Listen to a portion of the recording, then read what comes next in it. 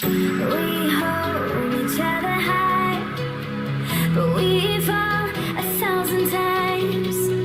But I'd never say goodbye or ever leave this stuff behind. When it's good, it's amazing. When it's bad, it's uneasy. I wouldn't have it another way. There's no other way. Yeah.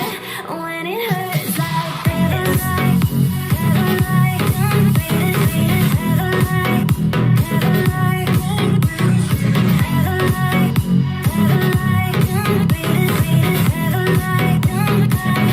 when it hurts like this, when it hurts like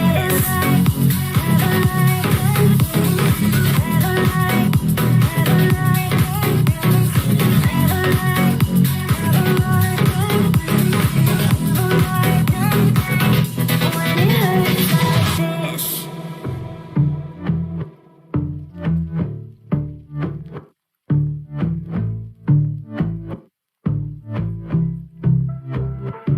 And I've been chillin', watching the ocean with you. Baby, up with a slow motion crew. And we up in our growlings when people change, but not us.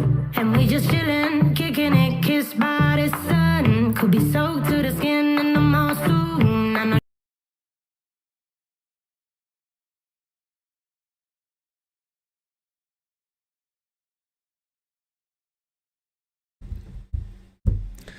Welcome to the 19th episode of the Justin Spaulding Show, 19 consecutive weeks, coming to you from Janesville, Wisconsin.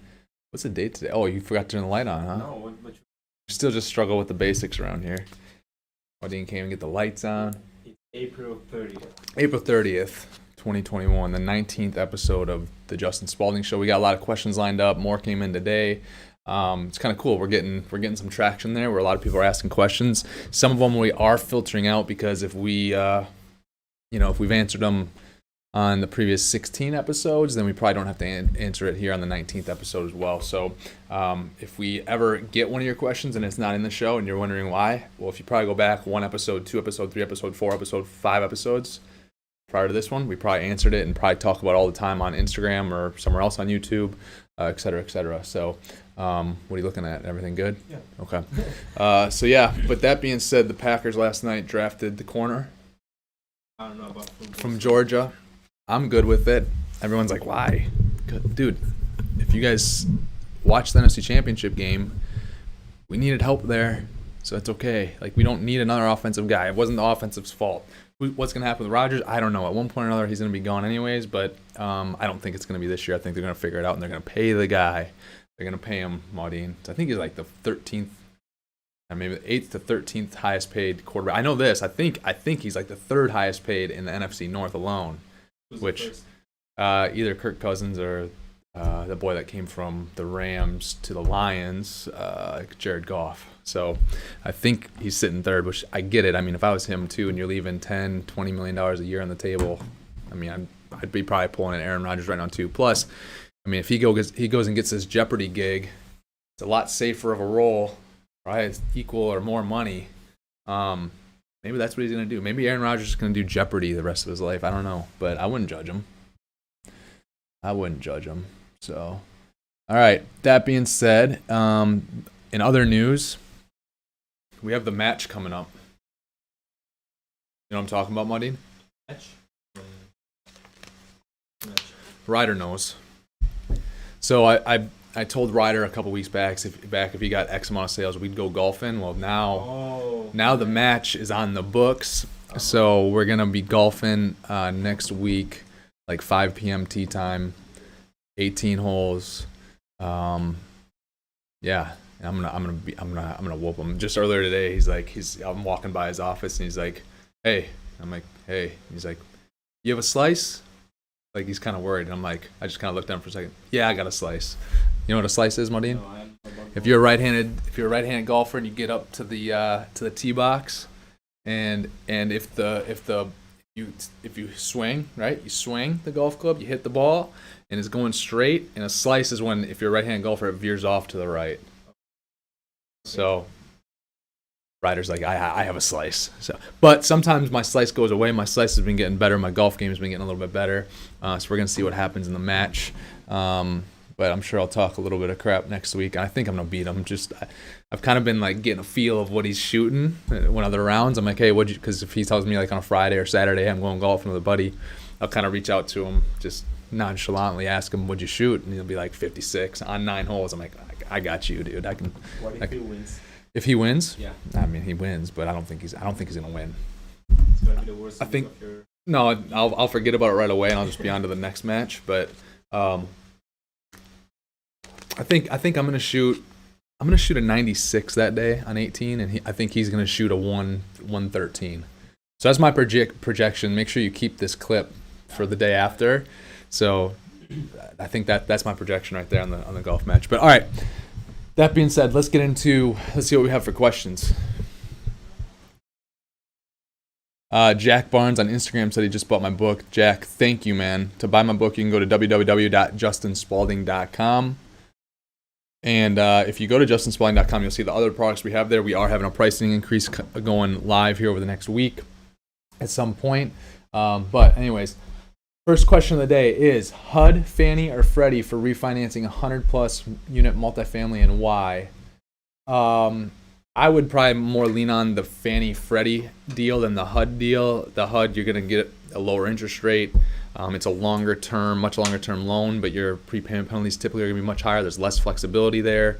And you also, I believe with the HUD loans, you have, I think they call them the REAC, and basically every single year or every so often they have pretty stringent and pretty crazy inspections. So I would go Fannie Freddie if I were you. And then obviously, all three are non-recourse, so all three are better than having recourse and having debt that you're personally liable for. But that'd be my route of execution. Next question, Modine. Instagram, if you have questions, let them add up there, put them in. Same with you, TikTok. Modine. Afterwards. Next question is, do you have courses so we can duplicate multifamily purchasing in the market we are in? I do. Once again, if you go to www.justinspaulding.com, there you can see the products that we have, from one-on-one year-long mentorship to the Build Wealth and Real Estate program to my book, all different price points. So you can go check that out. www.justinspaulding.com, click the store, and we are having price increases next week. Next question, Modine. Just flying through these today. I'm going to test drive a van in a little while. That's why we're kind of like, I got like 45 minutes, 50 minutes today, going to test drive another van. For prime painters, we get the Caravan, or the Dodge Grand Caravan or something like that. But I'm going to check out a town and country. Oh, nice. A little town and country, 140,000 miles. If we can squeeze out 250,000 miles, I'll trade $5,000 for that van all day. Put a cool ladder rack on top of the van. So, all right. This next question is, what's the one thing you would have wanted someone to tell you before you started in business? I mean, the thing that I say all the time, it always costs more than it's going to cost, and that you think it costs, and it's always going to take longer than you think it's going to take. Everything. Now we move pretty fast, so but still, it's like, if you think like Signature 23, I thought it was going to take $250,000 to remodel and rehab that place. We're at $450 right now and not done. Probably hit $500 before it's done. Now it's okay because we bought it so low and we don't have that much debt on it, and it's cash flowing. When we're done, it's going to be cash flowing like crazy. Which that's that building right here behind me. The little 10 unit that we bought. That one we thought we were going to stick like 100 in or something like that, 100,000. We stuck 175 into it. Once again, it's going to be all right. We have that listed for sale. We got an offer on it a couple days ago. We just countered that offer today, so we're going to see what happens there. Let me see. What is other, prime painters, like there's always like more equipment. As we're scaling a business, there's always more equipment, right? And it takes longer to scale, and it costs a little bit more to scale than what you think it's going to cost. So those are things that Delavan was another property that we bought. Again, it costs more to get that thing back to where it needed to be, and but when we first bought it, I think the revenues there were $45,000 a month or so. Now we're between $86,000 and $96,000 depending on the month, $1,000.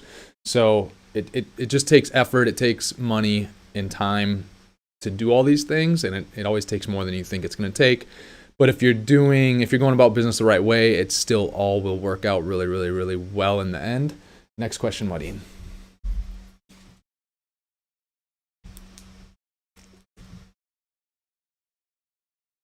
Next question is, if I'm opening any non-accredited deals soon. No, I don't have any plans to. It costs more to set that up with as far as legal entities and all that stuff.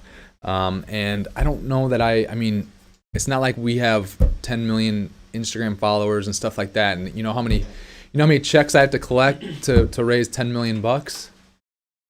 Can you do that math? 20? If I'm gonna raise $10 million, and if I'm gonna do $5 million checks, I mean, that's a lot of checks. Is that 2,000 checks? It's 2,000 or 20,000. I'm off on a zero, but either way, it's a lot of checks. And so it's not appealing to me. I get it from a standpoint of at some point wanting to do it to be able to then allow everyone into our deals, but logistically and administratively, it just, where we're at right now, it doesn't make sense for us to do it. Maudine, next question. Maudine's over here still doing the math in his head. I can see him. He's like squinting his eyes. He's like, this one hurts. But $10 million, right? So $10 million. Let's just do this with no calculator. $10 million. You got 5,000. So it's 10 million divided by 5,000. 5,000 goes into 100,000. Yeah, 5,000. 100,000. No, I was trying to break the math down, right? So if it's a $10 million, and if it's $5,000 check, so how many $5,000 checks do we have to do to get to 10 million? So I know $5,000 check. I know it takes 20 $5,000 checks to get to 100,000. So that means to get to $1 million, it's 200 times that by 10. So it should be 2,000 checks. 2,000 $5,000 checks will get you to $10 million. It's a lot of checks. Yeah, it's a lot of checks. That's a lot of checks. All right. Next question is, when you are touring a property, what are the top things that you look out for? Well, so now what I'm looking out for is the big ticket items, right? So when I first started, I didn't really look at, I didn't consider the roofs as much as I should have, or the boiler systems as much as I should have, or the water softeners or the water heaters as much as I should have. And so I look at that. There's certain properties that have the different plumbing. That's the CPVC pipe plumbing, which is a lot more brittle as it ages, and usually the first couple years, some of it's so brittle when you're changing out water heaters and stuff like that, you'll flood a couple units, and that costs money. So we're just looking out for a lot of different things than I used to, right? And like this deal that we're closing in June, we're gonna be closing with an extra, $1.5 million to $2 million for property upgrades. And I don't think we're gonna have to use a lot of it, but what I've learned is I'd rather have access to the capital and put that into the capital stack right away versus going down the path and then realizing, oops, I'm gonna be a little bit short. Now we're gonna have to slow everything down and just take it from cash flow, which it still works out, but just to know that you're covered for all those things and be able to, because my number one thing is if you take care of the assets, then you're going to be good. I see so many times people get in a little bit of trouble where they don't take care of the asset and then they get hit on the back end. But in a lot of those times, those people have their money back and then, 4 or 5 or 6x that because they've refinanced, they've had it for so long, and they just don't take care of the property. So they still win. But these deals, if you get into a rough asset, you got to realize, like, to get out and make it okay, you're gonna have to put a lot of money in to get it back to where it should be, and to then keep it there while you own it, to be able to have an attractive property that brings in people willing to pay a little bit more, so that you can have good cash flow distributions and be able to sell for a premium later. So looking at all those big ticket items, this last week, we actually have. So when we do these deals now going forward, the lenders make us do a PCA, which is a property condition assessment. And I'll tell you one thing, the people that these lenders freaking get to do a property condition assessment suck. They're talking about wanting to go home and take a nap in the middle of it, and like they're there for 2 hours and it's like they're checking the box. It's just ridiculous. So we do not put any merit into that, really. We kind of do our own PCA as well, so 2 weeks ago, I think it was, that we had the PCA for the lender on this new deal that we're buying. Then just this last Monday, damn, this has been a long week. That was Monday. It seems like a month ago.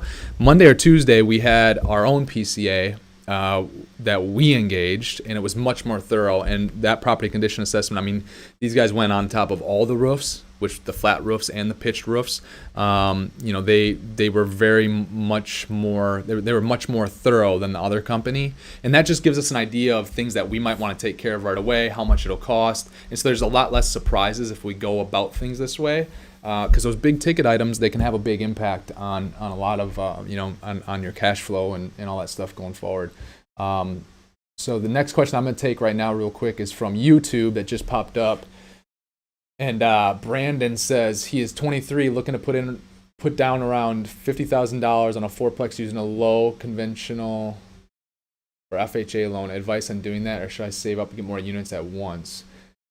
Brandon, I never did anything that way, so I don't really have advice for you going that route. I know more conventional type loan, and if you're going to live in it, I mean, you're going to get you'll get better rates that way than a straight up commercial loan. So as far as getting your foot in the door, if that's what you have to do to get your foot in the door, then go ahead and do that. And then Brandon also asked, would you recommend seller financing for your first deal? Absolutely. If you can seller finance it, I would do that all day long. I would still do that today. I'd not even have to worry about a lender or a bank and whatever. I would go for seller financing all day long, Brandon. Maudine, next question.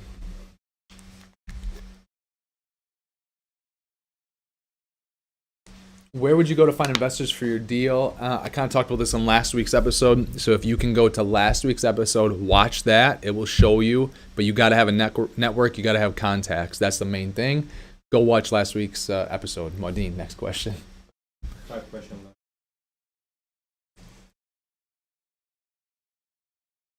We have 8 people watching. Oh, nice. If you had $500,000 to $1 million to place and didn't own any multifamily, how many units?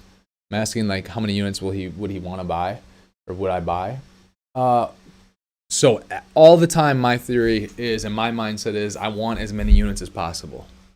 And so if I have $500,000 to $1 million, what I'm going to do is I'm going to try to go find another, $500,000 from another investor, another $5 million from 10 different investors, another $10 million from 10 different investors, and take my 500 and put it in with theirs so that we can scale up and get a larger asset.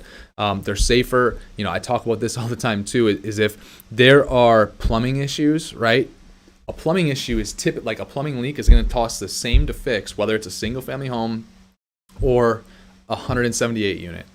The only difference is you have 178 units covering that plumbing issue, right? And so anytime you have more doors on a smaller property or more condensed area, the better. You have some scales of economy. And so I want to be able to match my dollars with other investors' dollars to scale up.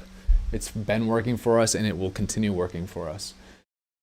Scott Weddage, thanks for tuning in, man. Brandon, so Brandon, this is a good question. I don't think anyone's really asked this before. Brandon says, what's the best way to approach a seller to ask for seller financing? So Brandon, what I did on my deals, I don't know that we've actually talked about this before on the podcast. I know I've talked about other places. So Brandon, what the best way to do it, I mean, I don't know if it's the best way. It works for me. So my first seller financing deal, I basically just really tried to figure out what the guy wanted and why he wanted out of the deal. I made it clear to him, because this is when I was first starting. So I've always been very transparent and never, like when I was first starting, I was very clear to people, look, I'm just starting, but this is going to be my first deal. I want to go. So I was very transparent. Hey, this is my second deal. It would be easiest for me and we can make this thing happen the fastest if if you're able to hold part of the mortgage. Is that something that would interest you? At that point, I just shut up and I just let him talk. And at first, he was kind of like, no, and he had some resistance to it. But then I said, well, what about this? It's going to help you. You have to talk to your accountant, but it'll help you with some of your, protect some of your money from some capital gains for a little while longer. You're going to get interest on the money that's sitting in here, because he was planning on just cashing out and being done in real estate. He wasn't going to take that money and go invest it anywhere else. So I'm thinking in my head, I'm like, okay, well, keep your money in the deal, seller finance it. You'll get, back then, I think it was like a 4.5% to 5.5% interest rate that he was getting for keeping his money in the deal. And that appealed to him, right? The other time that we used it was, and a lot of the times too, guys, these guys can't have, if these owners have a lot of debt on their properties, they're not going to be in a position to do seller financing. So then with the storage unit deal, we went up to that deal. We went and looked at that deal, and we were looking around. I started to see the opportunity. I asked him. I just started the conversation and said, "Hey, how much debt do you have on this property currently?" And he's like $200,000. Well, he was asking for like $1.5 million at the time, and I knew if we were somewhere between $800,000 and $1.5 million purchase price, that $200,000 of debt that he had on his books, we would be able to work out some type of seller financing. And so I said, hey, look, you've been running this as a cash business. There's not a lot to prove here as far as like what income is there. I believe you on some of this stuff, and I see it myself, but a bank, they're not going to buy it. They're not going to buy the story. And the bank is not going to be able to justify the amount of loan, the loan that we're going to want on this property to make it happen because of the lack of financial records and you just taking cash. And so I was able to basically say, hey, I'm willing to do this. Here's my experience and track record so far. Been successful doing it. Here's how long it'll take us to close, but you're going to have to seller finance this. And here's some of the terms, and we can then get you out of this deal in 3 years. And so basically how we structured it with him is we had a balloon payment with him 3 years down the line where we would have to refinance the property to then get him out of the deal. And so it ended up working. So a lot of times, Brandon, it's not like you don't have to be tricky or sly with what you're doing. Like you could, if it's me, be completely honest and transparent with the person because it's just easiest to have the conversation that way. You don't have to lie or hide anything, and then they find out something later that just makes them be sketched out because now they've got, like, why would someone want to be sketched out or have lack of faith in you but still have money in your deal essentially? Because if there's seller finance, if you're using seller financing, essentially their money is still in your deal. They still want to be able to trust you and have a relationship, whatever, right? So be transparent with them, be honest with them, Brandon, and tell them, look, I don't know that, I want to get started in real estate. Here's my dream. Here's my goal. Here's where I'm going. Here's what I've done so far, as little or as much or as little as it has been. Tell them the truth, what you've done so far. Here's my plan with your property and what I'm going to do. It's going to be easiest for us to make this happen real quick if you could seller finance. Is that something that you'd be open to? And just have the conversation. You got to have a dialogue. So many people are scared of like they're gonna say no. Okay, well they say no, right? But be transparent, be open, and just have a conversation, honest conversation with them. That's the easiest way to do it. Period. Eddie on YouTube asked, do you have a particular cap rate you buy at? I have a potential seller that wanted to know what cap rate I would pay for their property up front. Eddie, I never just look at just a cap rate. I never just look at, Brandon, you're welcome. I never just look at, price per unit. I never just look at cash flow. I never look at just one thing. I try to look at the whole story. I've been able to buy really good deals because there were other parties that were just looking at the cap rate, or they were just looking at the cash flow. These people were like, oh, it doesn't cash flow enough for me day one. Well, I'll buy a property that's cash flowing 0% day one, and even for the first year, and even maybe negative cash flow. Maybe I'll have to pay $100 a month for the first 12 months for this deal out of my own pocket. If the deal is 70% occupied right now, and the rents of those 70% of the units that are occupied, if those rents are half of market rate, and the demographics are good of the area is good from a supply and demand, the area doesn't have vacancy issues all over, it's just this one specific property, I'd buy that all day long. Some other people would look at a high level and say, oh, doesn't cash flow enough for me, or the cap rate's not right. I look at that, I say, okay, well, here's the opportunity. It breaks even being 75% occupied when the rest of the market is 96% occupied, with those rents being $500 a month and the market rents are $960 a month. You'd be crazy not to do that deal and try to figure it out. So whenever you look at one thing, or whenever someone else looks at one thing, you can potentially take advantage of that situation, Eddie. Like if he's only worried about cap rate, give him a cap rate. I don't know your area. I don't know, there's you can't just blanket cover the entire country and in every single area in one state even, or one town even, or one similar product type. Not everything has the same cap rate. So I don't know your area. I don't know the type of the property. I don't know the age of the property. I don't know all those details. I don't know how much CapEx is coming up in the next 5 years. So that's the problem, though. If people just look at cap rate, you can throw a cap rate out there, and if they're a buyer that just buys on a cap rate, you could give them a really, attractive-looking cap rate on paper, but it's really not to their advantage to buy at that cap rate because of other parts of the story that they're not asking about. So that's just my answer to that. Maudine, let's go to the next question.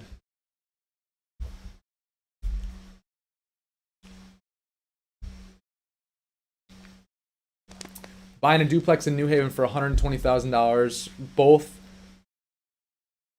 Both units rented for $1,300. Good deal. I would say it's a really good deal from the high level. But once again, if I'm looking at the high level, like what is there that you might not know, right? So this just goes back to the other question. You need to get. It's not just about that. Like, yes, it looks like a really good deal from high level, but what are the other details? What are the comps? Like, what is it a comparable? How is the property in good condition? Is there a roofing thing coming up lately? Is there an issue with the plumbing? Is there, what's the cap rate? What's the going cap? What's the market value on other duplexes that have sold, right? So you have to look at comps, try to look at the whole picture. It's never just one thing. You just asking this question on just one thing, and if that's how you're solely trying to build a business, is looking at one thing. If you're trying to build a real estate portfolio just off one statistic, like you won't be able to do it properly or effectively. So get your mind over looking at just one thing and calling it a great deal, and try to look at the entire picture, because that's going to tell you a lot more. Anthony Franklin says, "Go Bears." I played college football with Anthony. Dude, I knew the Bears were going to draft Justin Fields, and I think that Justin Fields is going to give the Packers like a fit for 2 games somewhere in there, but he's going to be gone in 4 years. The Bears is the place quarterbacks go to die. And and it sucks. It kind of hurt me that they drafted Justin Fields, because I like him, because like that national championship game, he was like a warrior, and like he was a competitor, and I love that. And now it's like, man, he just went to the Bears. Like, come on, Bears. And you know it, Anthony. You know it. So, this question that came from Instagram is, what's your thoughts on buying Section 8/HUD tax credit low income properties? I mean, I guess the properties that we have right now, they have some Section 8 in them. We take Section 8 at some of our properties, or inherit some of those, some Section 8 tenants. And we haven't really had a huge issue with it. We don't just actively go look to straight up buy properties that are only Section 8 and stuff like that. Going forward, could it be a good thing with the government? At least the good thing through COVID is the government's already paying most of that. So those people that own Section 8 properties over the last year, they haven't had to worry as much about COVID if those vouchers are, 100% vouchers, which in some places they are, because the government just keeps paying it, right? So from that standpoint, it's good. From a management standpoint, the Section 8 stuff, if it's solely a Section 8 property, can be a headache, just with, sometimes the areas that the properties are in. There's a lot of, you could have great tenants at the property, but sometimes those properties are not located in the best location. You might have to deal with murders on site that have nothing to do with your tenants or the people you put in, but just the other stuff going on in the area. Tax credit or Section 42, I think that stuff's great, except for like the admin that goes in with it. I'm not like super high on it. I don't even really look at those deals too much in depth. If they come across my desk, I kind of just pass them on. So I'm not the biggest fan of them for some reason. Let's see if there's any other questions. Ryder just popped in to join us. Ryder, we talked about the match. What are the bets? What do we got? Well, I mean, I don't know. I don't think we have a line on this, but I've just been telling people. I told them, I said, I've been like slowly asking you, like when I hear you're going golfing, like, hey, what'd you shoot? Trying to get my data in my head, and I'm like, oh, like I got this. I got this, punk. He gave me a 52. He told me he hit a 52. I don't know. Dude, I don't remember the last time I shot a 56, and you're coming back here with like. You come back here like, yeah, 56, 62 on 9. We're not talking 18. We're talking 9. Oh, please. I golf hard courses. Riverside? Yeah, Tony I don't know Romo. what you guys talking about. Oak Ridge. What'd you shoot at Oak Ridge last time you went there? Although Oak Ridge is kind of tough because of how the greens all slope off. Well, all the greens, and they're wavy. The greens are really not that nice.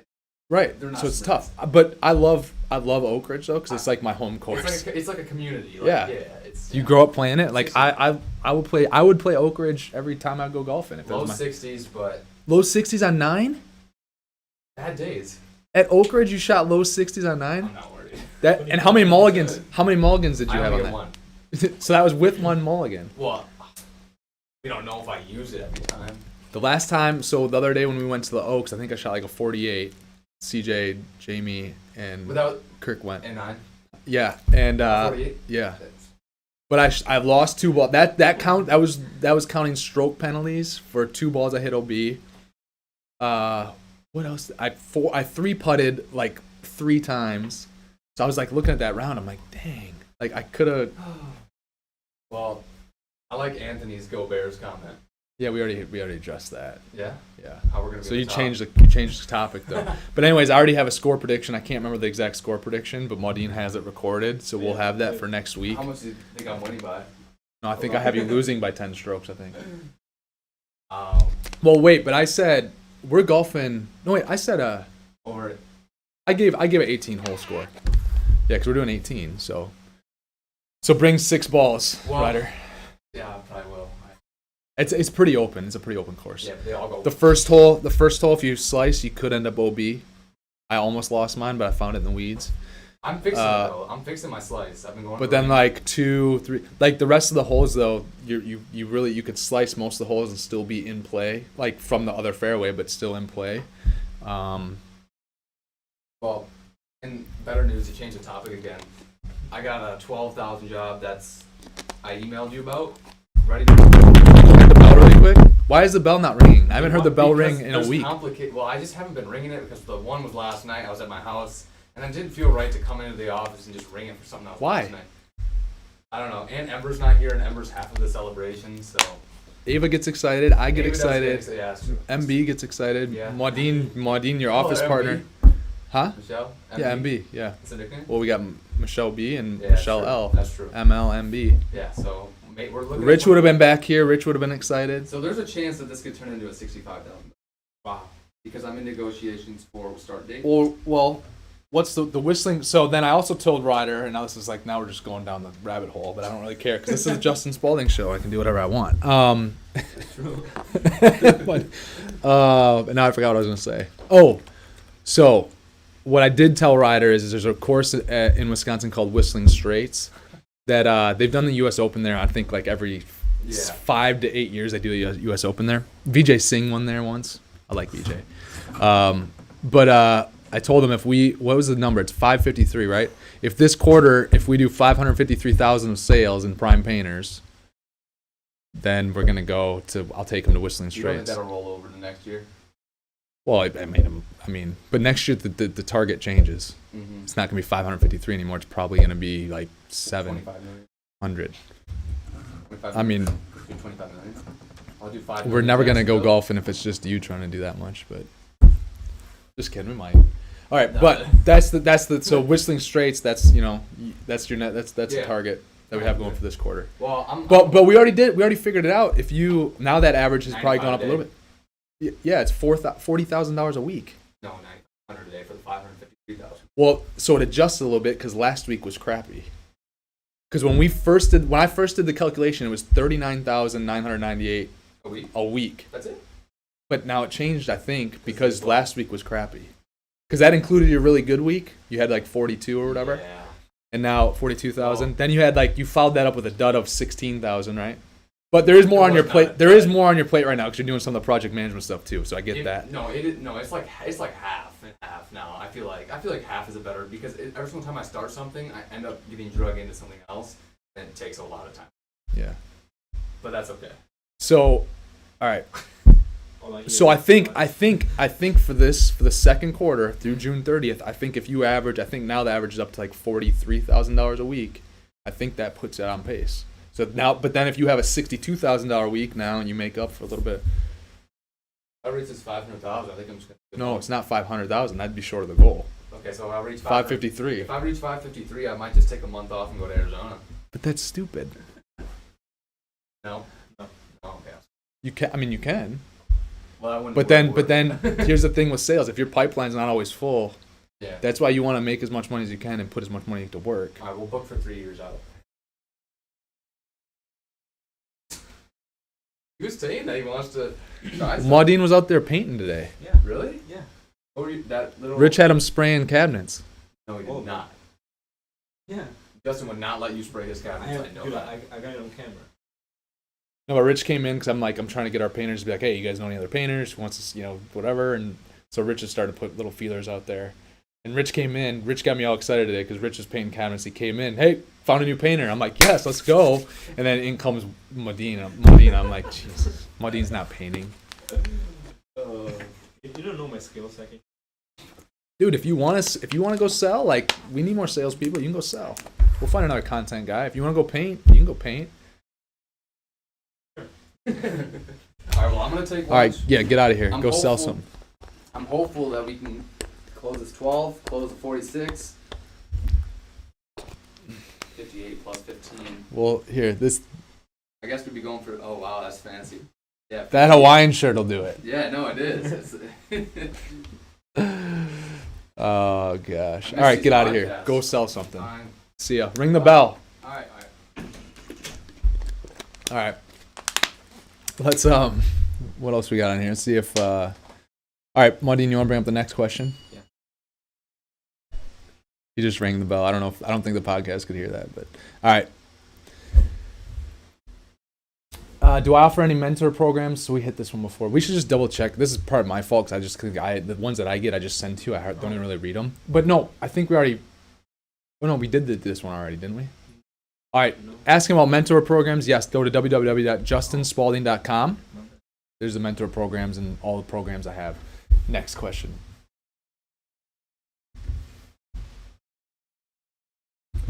Determining supply and demand for housing in an area and the role it plays in decision making. You got to be able to look at rent comps, right? And you got to. So like when I was first starting, I had no access to like CoStar or Reonomy or any of that thing or any of those things where I could get like, actual market statistics. So what I would do is I would literally call the management companies and just say, hey, what do you have available right now? I'm looking to move, into 1 or a 2 bedroom on this date. So you can start to get an idea of like how much supply is out there in the community.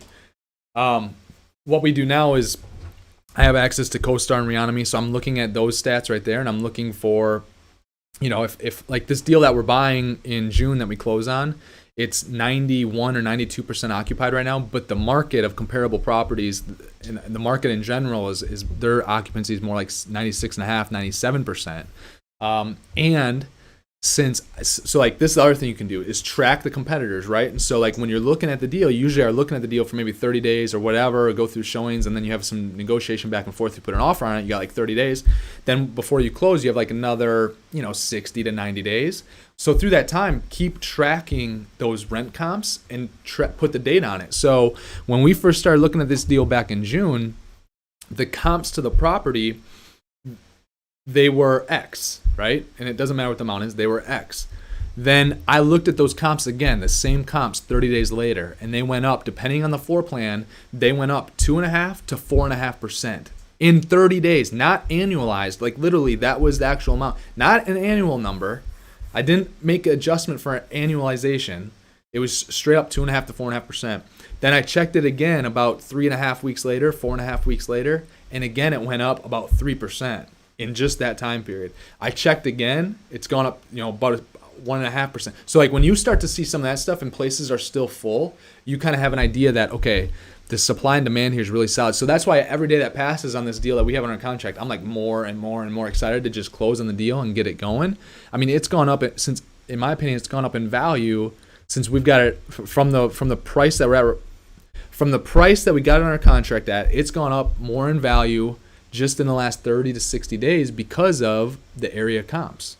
Because we can do the same thing to this property once we take it over. So I'm getting more and more excited about it. But yeah, determining the supply and demand, that's how you have to start that. And when you don't have access to some of the things that we pay, tens of thousands of dollars for access now with CoStar and Reonomy, all that stuff, you have to it's more of like bootstrapping, and you got to identify the competitors. You got to identify the similar comparable properties, and then you got to make calls, and I still make random calls. I'll still show up at random properties and get tours and ask questions of what the rents are, all that stuff, but it's much more less reliant. I start high level and can get my information faster because I have the CoStar and Reonomy, right? But you got to be able to find a way to break it down and to figure out, okay, what are the comps paying, how full are the comps, what I used to do and what I still do is I'll drive by the properties at night as well, and I'll see how full the parking lot is, right? I mean, a full parking lot during the day, I mean, the people might not be working, right? Which I guess nowadays, 2021, people don't have to work, and all of a sudden money just shows up to pay their rent, or money shows up to pay rent, and they don't use that money to pay rent, because that's how it happens in 2020 and 2021. But what I used to do, I mean, I would drive by and I'm like, why is the parking lot full 1:30 or 2 p.m. or 11 a.m. on a Tuesday, right? That's kind of like, you guys not working? What's going on?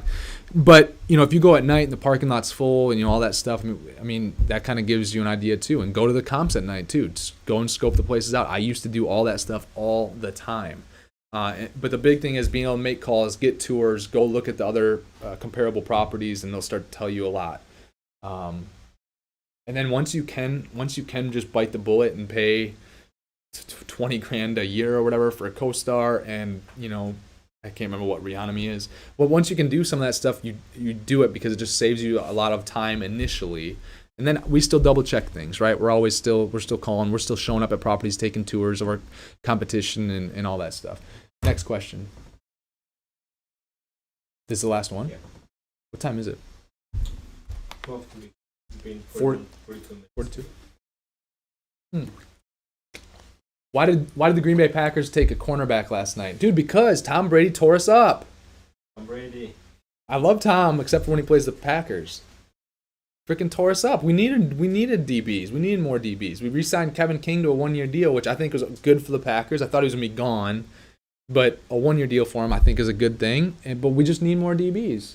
We got Jair Alexander who shuts it down on one side, and we need more DBs. Tom Brady killed us. Like, it wasn't our offense's fault, really. Yeah, people like the 3rd down, 4th down thing, kick the field goal, don't kick the field goal, whatever. But some of the stuff that happened defensively, we need more depth there for sure. I'm happy with that pick. Do we have any other questions? Someone asked, am I still trying to buy the Jaguars? So the whole thing with the Jaguars and me, my college roommate, the Jaguars kind of always sucked. So when I was in college, like 2009, I told my buddy, 2010, 2011, I told Ian Cooper, who played football with me, I'm like, and he's a Jaguars fan, I'm like, I'm going to buy the Jaguars because I want to be able to like buy a crappy franchise and make them good. I don't want to just buy like the Patriots from Bob Kraft. I don't really want to do that. They already got I wanted like a crap team, and so I don't know. Am I going to buy the Jaguars? I don't know. I'd like to buy some NFL team. The other thing that I have in my mind is like at some point, I feel like, because Green Bay being a small market, at some point, if the economy goes in tanks like it did in the 20s and 30s of the 1900s, they might be like, someone might try to come in there, and if the city doesn't want to support the Packers anymore and they go on a streak, I mean, the Packers, knock on wood, we've been so good for, like 30 years now. Like at some point, is that going to change? And if they're not good for a period of 10 or 15 or 20 years, and the city loses interest in it because of hard times, maybe I'll be like, dude, I'm going to go buy the Packers to keep them in Green Bay. What about that? Gotta get in the circle. Maudine's learning from last week's episode. I talked about if you're going to buy an NFL or NBA team, you got to do more than just have money. You got to get in the circle. Maudine's like, you got to get in the circle. You're right, dude. I got to get in the circle. So I don't know how I'm going to get in the circle yet, but we'll figure a way. All right. So that was the last question over there. Yeah. All right. I think we have more on Instagram here that I'm going to pull up. Well, here's a good one on TikTok, actually. When did I know, and what gave me the confidence to go for multi-million-dollar deals? There's so much more benefit in a larger deal, and really, like, it's the same amount of work. So, like, it really is the same amount of work to have 16 units as it does 88 units.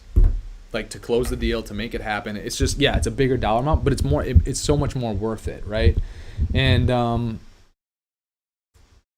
but when did I know? If you asked me when I knew before I even started, because I didn't want to just like be happy at 4 units, like, and stay small. I'm someone that I always need stimulation through like growth and stuff like that. If I'm not growing, progressing, getting better, I'm like, what is even the point, right? And so I knew right from the get-go when this is what when I started playing football, I never said I just want to be an average football player. Like I never actually ever reached my goals in football because I always set them so high. I never reached my goals. I don't think one time, but it's not that I love the chase of it. and progressing and I got better and better as time went on. The years went on, I got better and better. It's the same thing in real estate. So like the moment that I decide I'm going to start something, whether it's a painting company or a real estate company or, you know, go buy a football team or whatever, I want to be the best at what we're doing, and I want continual progress and growth. Which, am I kicking the camera? Yeah. Which we always have. So, you just gotta be able to you just gotta be able to have, and then like the confidence thing is you just gotta be able to have it. You know, it doesn't mean like there's still like some oh shit moments where like, oh man, like this is hard, or I'm a little like, you know, a little nervous or scared about it. And we kind of talked about fear in a previous episode, but you just have to have the confidence that it's all gonna be all right. I mean, this is the thing. Like worst comes to worst, I'm only gonna be here for like 80 years anyways. It's such a, in my mind, it's like such a short term type thing living on Earth. Like why not? This microphone is jacked up. Why not just take a swing at it? Because the worst thing that's gonna happen is we're gonna be dead in 95 years anyways. For me, 150, so 120 more years anyways, right? I mean, you'll figure it out in between there. I mean, the last thing that I want is to be like 149 years old and be like, damn, like I should have gone bigger, or I should have done this, or I should have like. I'd rather like strike out knowing that I tried and it didn't work. And here's the thing: is most time people can always go back to doing what they were doing before. So you can push the envelope and be really aggressive, and it doesn't matter your age. It doesn't matter if you're 20, but especially if you're 20, especially if you're 18 or 19, or especially then. But it doesn't matter if you're 30 or 40 or 50 or 60 or 70 or 80 or 90. Like you can always just push the envelope, and then you can always go back to doing what you were doing before. Always. If you're 75 and already retired and saying, "I wish I would have done this," dude, go do it at 75, because you can always go back to being retired. You can always retire again and just be like, "Oh, it wasn't for me. It didn't work out." Right? I mean, so that's, I think, too, why I don't really have regrets, because you can always go back to doing so. Like, go bigger, and then if you don't like it or you fail, like then you can go back to doing what you were doing before.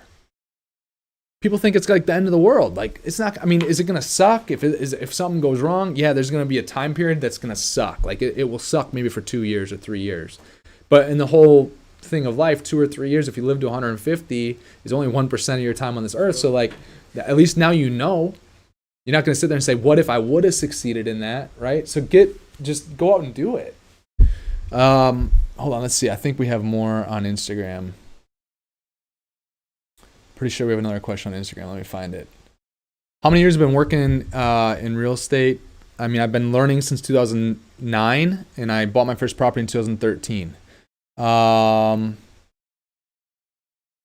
another question: thoughts on college for young guys these days? Which we talk about that a lot around here, because this is Ryder's college, so that's why like I put a lot on his plate. Like right now, he's being a project manager and a sales rep, and you know whatever.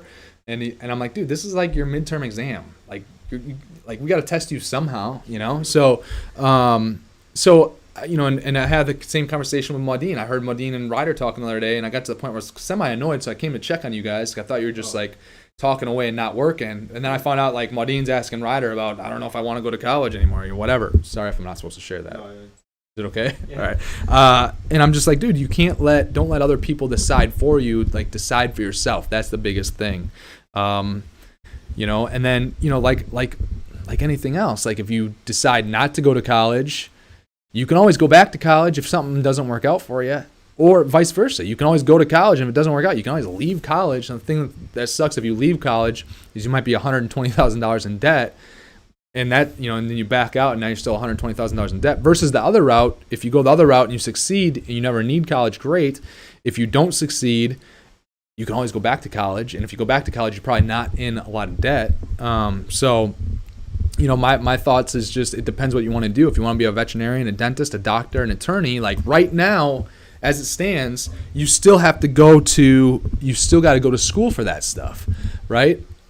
I think it's going to change at some point where you'll be able to do more straight up apprenticeship, even as a doctor, and learn straight from the source and work for that person. Like what Ryder's doing with us right now here, learning, and he buys a 7 unit by the time he's 6 months out of college, because he's around it here and sees it and can think bigger and can ask questions, you know, whatever. I think the same thing's going to hold true in like with people being an attorney, with people being doctors, with people being, you know, veterinarians. I think that's going to hold true. And I think the price for them to go to school is going to be a lot less. So they either work for free or they get paid a very little bit to then learn and go to and to become those things. So, I mean, my thoughts on college is really the same as what it's been since 2000. If it was not for college football, I would not have been in college. College is maybe me being a captain on the football team has helped me more in real life with what I'm doing now than school did.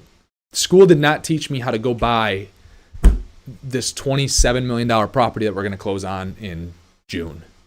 Didn't teach me how to buy or negotiate or do due diligence on the $33 million deal that we bought back in January. Didn't. School didn't teach me how to actually invest my money. They didn't teach me what a real investment was. They didn't teach me about cash flow. They didn't teach me those things. And so, I'm not for or against school. I'm just, whatever you want to do in life, like, don't think you need to go to school, once again, unless it's one of those professions where you do right now. But like, to do what I'm doing in real estate, like, you don't have to go to school. Don't. To be great at sales, school did not teach me how to sell. They taught me nothing about sales. They advertising and marketing, which they taught to me. It's like the way that they taught you to do that, I use none of that. I'm very opposite of what they taught me actually in the advertising and marketing stuff even. Maybe that's it. Show you what not to do. Maybe. I don't know. It might be. So let's see. Yeah, so then someone else asked, what are your thoughts on younger folks entering college versus going into sales or working in general? Thoughts? I mean, in my opinion, if you can sell and you can be successful at sales, no matter what you're selling, you're going to be set for life because you are always going to be needed in this world. Always. Those are skills that will always make you successful. Like, even when I'm buying a building, I'm still selling because I'm selling myself, because sometimes I'm competing against other buyers. I'm selling myself. And sometimes it's not even down to the price. Like, I can sell myself to a buyer in some scenarios, even though my price is lower than the other guy because of our track record. Hey, I'm the guy. I'm going to close. I mean, this is evident with, I sold the guy that we're buying this building from in June. I sold him 2 years ago. I closed on a building from him. We transacted in the past. So before this deal that we're buying in June he didn't even bring it to the market. He brought it to me first. He's like, hey, I'm sold that you, obviously the guy was like, I'm sold that you can buy this building from me at a price that works for me and not even have to deal with a broker, not have to deal with, going through the marketing phase, and we can get this thing done faster, right? So sales is everything, even when you're buying. All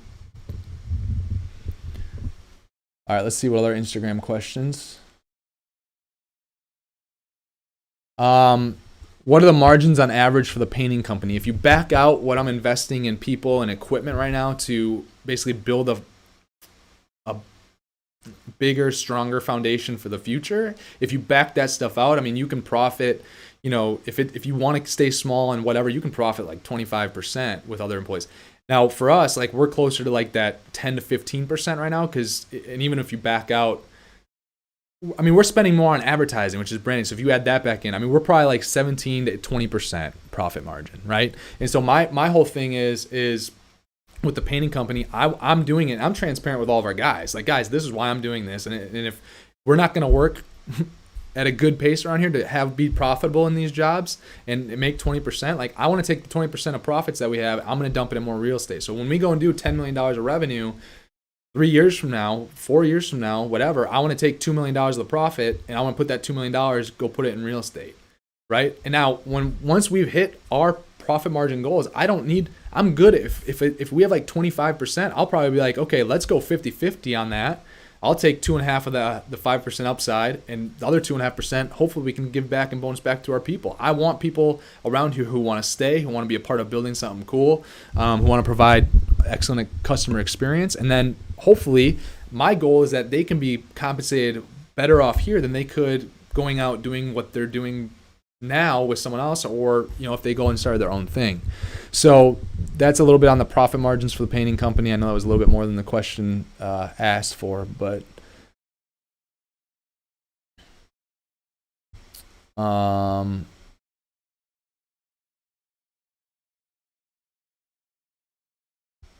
someone's asking if a tenant asks for GFCI outlets, like, do we get that and take care of that? Yeah, I mean, the deals that we buy, actually, the lender, during their property condition assessment, they'll go through and they'll notice if you don't have GFCI outlets in, they make us. So like if it's Fannie, Freddie, or CMBS loan, they make you change those. So I mean, usually they're already taken care of before a tenant gets in there, anyways.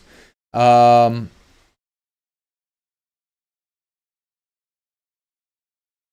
see. Matt Brock asked if I'm on Clubhouse. I am, but it's like, dude, the Clubhouse stuff just drives me nuts, to be honest. Because like I was on it for a little while, and you know I get so impatient because someone wants to be on a Clubhouse for like 4 hours. I'm like, what the hell are you gonna do on a Clubhouse for 4 freaking hours, dude?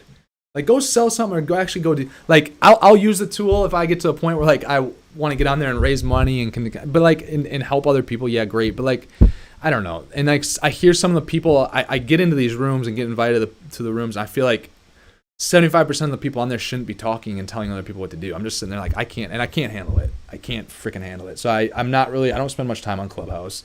It freaking drives me nuts, to be honest. Just to be transparent.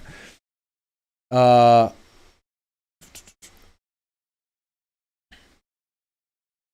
then someone asked, so for the young man not going to college, I gather you're encouraging going into sales, make money, and then go do real estate. I'm not encouraging him to do shit. Like he wanted to come here and work here. He probably would have worked for free, and you know, I just call him an intern. He just comes and work for free. But I'm like, okay, no. He started as a social media guy for us, right? Content guy for us. Then he filled in the sales role because he just wanted to be around it. He just wanted to be close to where all the action was and be a part of it and learn. So I'm not encouraging him to do anything. Now, he's told me what he wants to do. So based on his goals, I'm like, dude, this is what you should be good at here based on what you're telling me you want to do. And so, yes, I tell him, I'm like, based on with what him telling me what he wants to do, I'm like, dude, if you can get good at this sales thing, like, you're going to be able to do anything in the future, and you're going to make good money along the way, and that you can take that money and go put it to work, right? So that's that. I don't think we have any other questions. What time is it? I gotta go test drive a town and country. Yeah, I gotta get out of here. I gotta go test drive a town and country minivan now. Just rolling down the street in a town and country. You know, middle seats go flat into the floor. The back seats go fold down. They got the four system pulley thing. Like you pull the one, and the first thing folds down. You pull number 2. There's actually tabs on this. We can show you in the other van. You pull number 2. The other thing folds down. You pull number 3. It unlocks something. You pull number 4. Folds right down in there. You got the flatbed. You can fit a full sheet of drywall in there. Full sheet of plywood in there. It's been good for our painters. Cheaper than trucks. I'm thinking this is our path because like we bought some of those trucks. It's like $20,000 a pop for a used truck, and I'm like, dude, gotta be a better way to do this. Hey, town and country minivans, Dodge Caravans. I'm your guy. They're my things right there. I'm your guy. Come hang out with me, Dodge Caravan. So we're going to go test drive that sucker. I got a little route down now that I test drive these little minivans on, take them on the circuit, squeal the tires a little bit, slam on the brakes a little bit, do a little swerving to make sure that, you know, they're good and they pass the test. And then, but maybe I shouldn't be the person test driving these cars anymore because it's probably not the best use of my time. and you know, this car issue, like we got a car, Prime Painters bought a car for the sales rep and, you know, whatever to drive around and get estimates. I mean, like 2 days after we got this freaking car, Ryder almost gets in a car accident or something because the electronics on it like freeze up on him. We think we got that fixed now, but that's what we get. That's what I gotta go do. So that being said, guys, thank you so much for joining us on the 19th episode of the Justin Spaulding Show. Tune in next week. If you have not yet, please subscribe wherever the button is. Please go subscribe to YouTube. Share this with somebody that you think would get benefit from, like Bitcoin, on there. Go share this with someone, man. Please go share this with someone, but just share with people that you think are gonna get benefit from it, and let's add positive people to our community who want to go out and do something special, who want to contribute, who want to ask questions, who want to learn, who want to go out and do big things. Please. I mean, this is all free. Like, I put out so much free stuff. Like, the least that you could do is just go follow me on YouTube. Go like the YouTube page. Go subscribe. Go subscribe to the YouTube page.